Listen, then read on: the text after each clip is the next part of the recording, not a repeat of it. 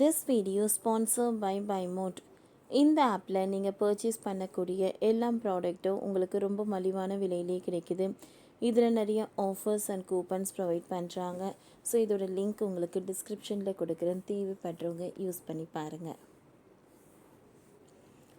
30 MARCD என்ற உயிர்காக்கும் கருவி உங்கள் வீட்டில் இருக்கா? கோவையில் மின்வாரிய அதிகாரி விளக்கம்.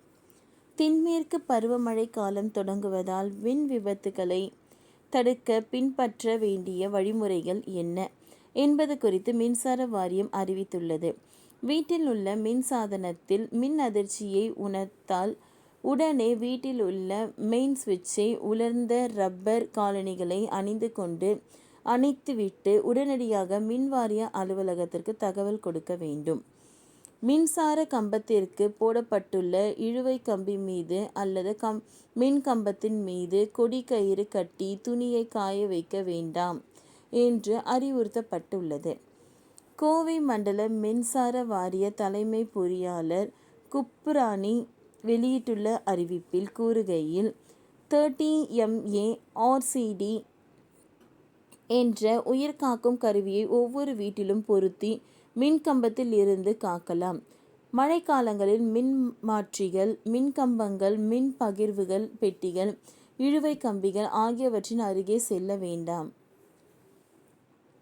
வீட்டில் உள்ள மின் சாதனங்களின் மின் அதிர்ச்சியை உணர்ந்தால் உடனே வீட்டில் உள்ள மெயின் சுவிட்சை உலர்ந்த ரப்பர் காலணிகள் அணிந்து கொண்டு அணைத்துவிட்டு உடனடியாக மின் வாரிய அலுவலகத்துக்கு தகவல் கொடுக்க வேண்டும். மின்சார கம்பத்துக்காக போடப்பட்டுள்ள இழுவை கம்பி மீது அல்லது மின்கம்பத்தின் மீது கொடி கயிறு கட்டி துணி காய வைக்க செயலை தவிர்க்கவும். இடி மின்னல் தாக்குதலின் போது மின்கம்பங்கள், மரங்கள், உலோக கம்பிகள், வேலி போன்றவற்றை அருகில் தஞ்சம் அடைய வேண்டாம். இடி அல்லது மின்னலின் போது டிவி, மிக்சி, கிரைண்டர், கணினி மற்றும் தொலைபேசி போன்றவற்றை பயன்படுத்துவதை தவிர்க்க வேண்டும். அறுந்து கிடக்கும் மின் கம்பங்களை தொடாமல் மிதிக்காமல் இருக்க வேண்டும். இது குறித்து உடனடியாக மின்வாரிய அதிகாரிகளுக்கு தகவல் தெரிவிக்கவும். ஈரமான கைகளுடன் சுவிட்சை உபயோகப்படுத்த வேண்டாம். கால்நடைகளை மின்கம்பத்திலோ இழுவை கம்பியிலோ கட்டக்கூடாது. புதிய கட்டிடங்களில் வேலை செய்யும் போது அருகில் செல்லும் மின் கம்பங்களை கவனத்தில் கொண்டு தகுந்த பாதுகாப்புடன் வேலை மேற்கொள்ள வேண்டும். கேபிள் டிவி ஒயர்களை மின் பாதைகளின் குறுக்கே எடுத்து செல்லக்கூடாது. மழை பெய்யும் போது கேபிள் ஒயர்களை தொடக்கூடாது. மெயின் சுவிட்சை அணைத்த பின்னர் தான் மின் சாதனங்களில் உள்ள பழுதை சரி செய்ய வேண்டும். உலோக பொருட்களை மின் கம்பிகளுக்கு அருகில் எடுத்து செல்ல வேண்டாம். நிலத்தடி மின் பாதைகள் செல்லும் இடத்தில் நிலத்தினை துளையிடுதல் அல்லது நிலத்தை தோண்டுவதை தவிர்க்கவும் வேண்டும்.